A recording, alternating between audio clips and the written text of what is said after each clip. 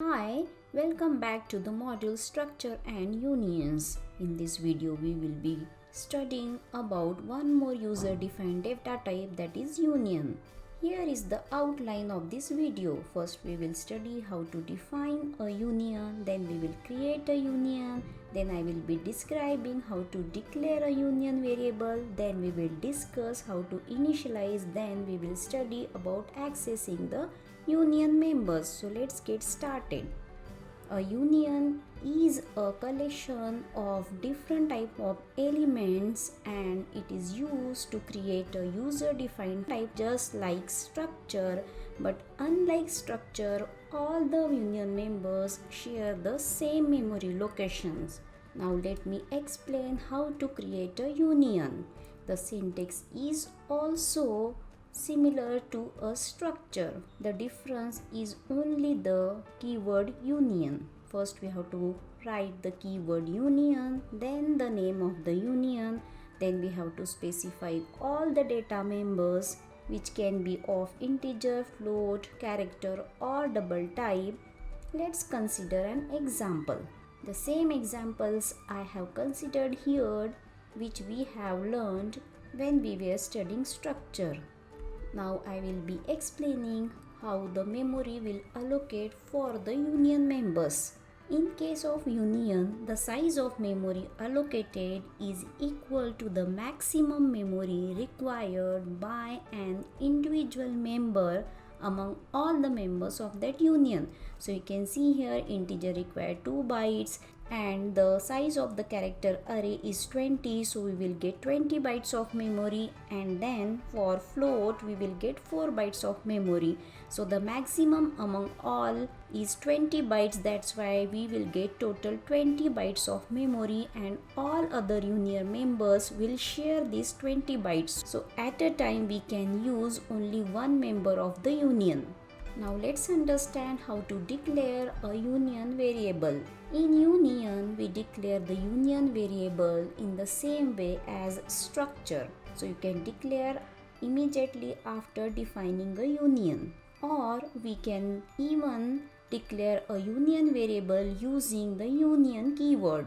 Now let's try to understand how to initialize a union. So when you want to initialize the union members, you can initialize at the time of declaration. So here we will specify the list of the values in the braces. So consider this example, it is same as structure. Here is the second example. At the time of defining the union, we can initialize the values. Now we will discuss about how to access union elements. We will access the union elements in the similar way we access in the structure. So we can access these elements using the union variable and the dot operator. We can initialize the values separately, or even we can use scanf statement to take the values from the terminal. Hi, welcome back. In this video we will be implementing the union in the program. So let's get started. Consider the same example which we discussed while implementing structure. Here I am creating one union student having 3 union members.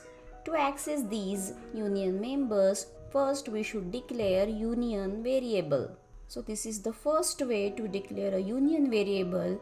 This is the second way to declare the union variable, where we have to mention the keyword union, then we have to specify the union name and then name of the variable. And here is the third way, in which we are declaring a union variable inside the main.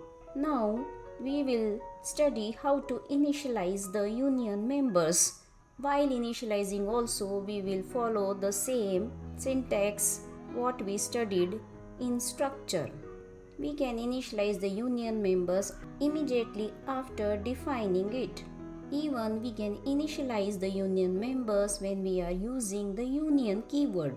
And this is the third way. Let's use scanf statement to take the values from the terminal. Using first printf statement, I am printing the message, and using scanf statement, I am taking the value of roll number. If you want to access the union members, you should always access with the union variable and dot operator. Similarly, we will use printf and scanf statement to take name as well as percent.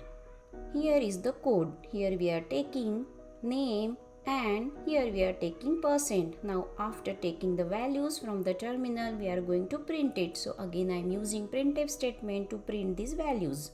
So you can see here we are printing the values using 3 different printf statement. You can use one printf statement also. So save the changes and click on build and run to check the output. You can see here the cursor is waiting for input. So let's enter roll number, let's enter some name and let's enter the percent. You can see that the value of roll number and name gets corrupted. Only the value of percentage prints the expected result. It is because in union the memory location is shared among all the members of the union. So only the data member whose value is currently stored will occupy the memory space. The value of the variable percentage was stored as last, so the value of the rest of the variable is lost. So in union at a time we can use only one variable. In this video we learn how to implement union in the program. In the next video I have a challenge for you. Hi, welcome back to the module Structure and Union. Here is your challenge 8. Write a program to find the total marks of a student using structure. Define a structure, then define a structure variable. In the structure definition, you can define the marks of 3 subjects. And in main, take the input, calculate the total and print it. Give it a try. I will be providing the solution. Keep learning, keep coding. See you in the next video.